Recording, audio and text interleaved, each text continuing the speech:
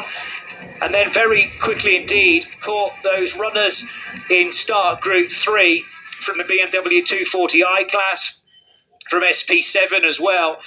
And the overtakes were coming thick and fast, including for Christian Engelhardt, who got his own back on Kevin Estre very early on during Max Verstappen's possibly opening lap, maybe his second for his first stint. He was nearly in the wall and did very, very well to contain the speed of that car after the front wheels lifted off the ground.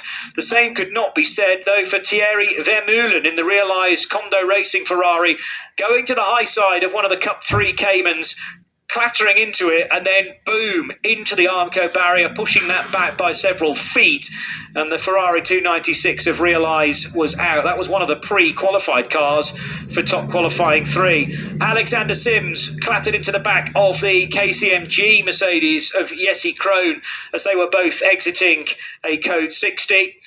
Obviously, a lot of attention on this young man, Max Verstappen, the 4-time Formula 1 world champion, taking part in his first Nürburgring 24 hours. Hopefully he'll be back in future years, because it wasn't his year in 2026, despite having run really, really well, and lap times comparative to someone like Kevin Estre, who sadly was sideways at Brunchen going off on oil. Dennis Olsen nearly followed him into the gravel trap at that famous corner. It's taken a number of victims through the years, and the next one would only be a few moments later.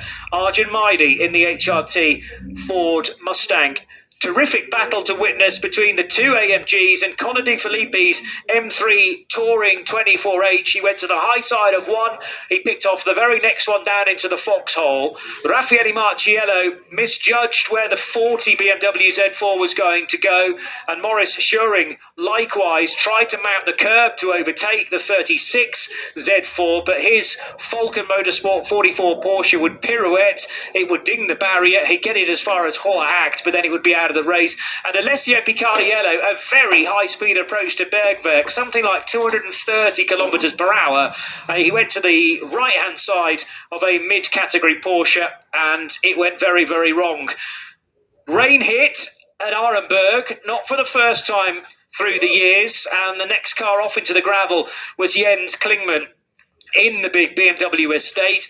Sideways after a major tyre failure for the Dumoulin Aston Martin number 37, and at very, very high speed, 2/3 of the way down the Dottinger Hoor. That was the Goodyear shot Vantage finished off. But thankfully for Valkenhorst Motorsport and other fans of Aston Martin, they would still be on course for a podium. A little bit wide, very wide for the 99 BMW. That car would eventually finish in 4th as Max Verstappen took over the number 3 Mercedes and immediately had to make a quick decision as to which side of the RPM Racing Porsche Cup car he would go. Tried to the right, then decided to leap on the brakes and went left instead. And that was not the only difficulty that Max found during this stint, but Porsche turned left right into his path, would end in destruction for the Cayman. But thankfully the Verstappen car would continue, but not for a great deal longer. A major issue on the rear right for Danny Juncadella in the Verstappen Racing car. Would see the car go to the finish, but something like 20 laps down. Dacia Logan, 3 wheels on the wagon. It would need to be towed back, but it did get a race finish. Then, for Alessandro Giretti in the dynamic Porsche, a dramatic fire at Brunchen. And that was after contact with the barrier, but whether the fire would have happened anyway, maybe there was an oil leak in that car. 84 Lamborghini, given a penalty late on, it decided not to serve that in the race, and instead it was added to the race time, which might have given second place to Aston Martin, were they not delayed for the final time down the Dottinger Hoor. So Aston finished 3rd, Lamborghini do finish 2nd from pole position. That's the Team Apt crew going crazy at that news. But after a 10-year wait, AMG are back on the top step of the 24-hour trophy as the champagne is sprayed. We hope you've enjoyed our coverage. If you're a